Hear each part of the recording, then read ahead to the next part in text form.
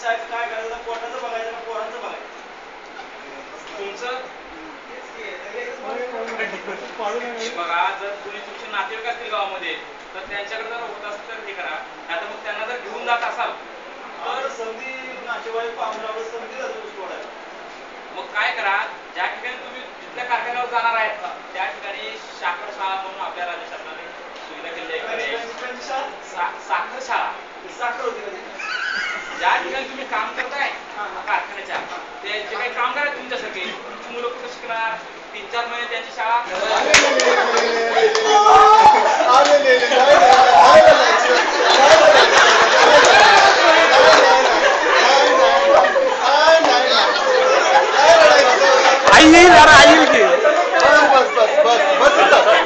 काय करावं हा प्रश्न सगळ्या समाजापुढे उभा राहतोय. पाहूया त्याच्यावरचं उत्तर काय मिळतंय का. अहो पोरांनो, काय करताय तुम्ही इथं? काय खेळून राहिले? गोट्या खेळताय. बरं. मग आता तुम्ही कुठून आलाय, कोणत्या गावाचे तुम्ही? तिकडे बीडकडचे. बीडकडचे. बरं. मग तुम्ही शाळेत जाता की नाही? शाळा तिकडेच होती. शाळा इकडेच राहिली. तुमच्या पालकांनी तर शाळेसाठी तर व्यवस्था केलीच नाही. काय नाही बघा, आल्यापासून खेळतोय. मला तेव्हा का लहान पोर आहेत घरी, त्यांना सांभाळावं लागते.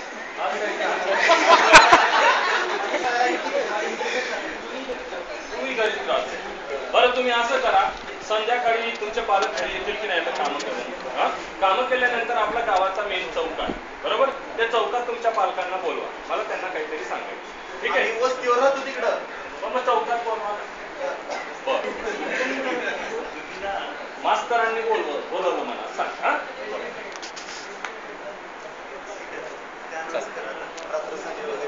पालक लोक अजून 2-4 पालक. शिक्षकांना त्यांनाही मुलं पाहून खूप वाईट वाटलं.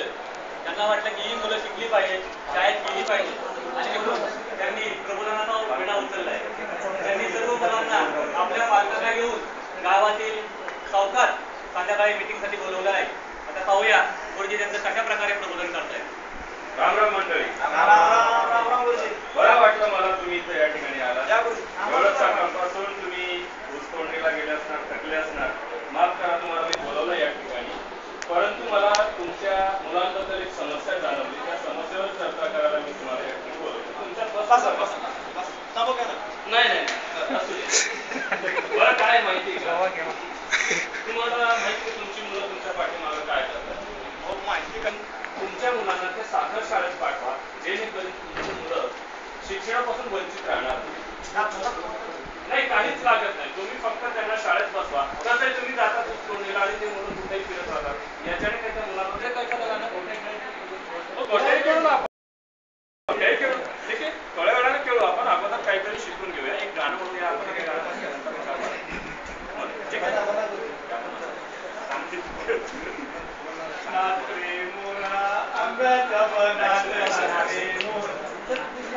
ये बाळा, तुमच्या गुरुजीने शिकवलं.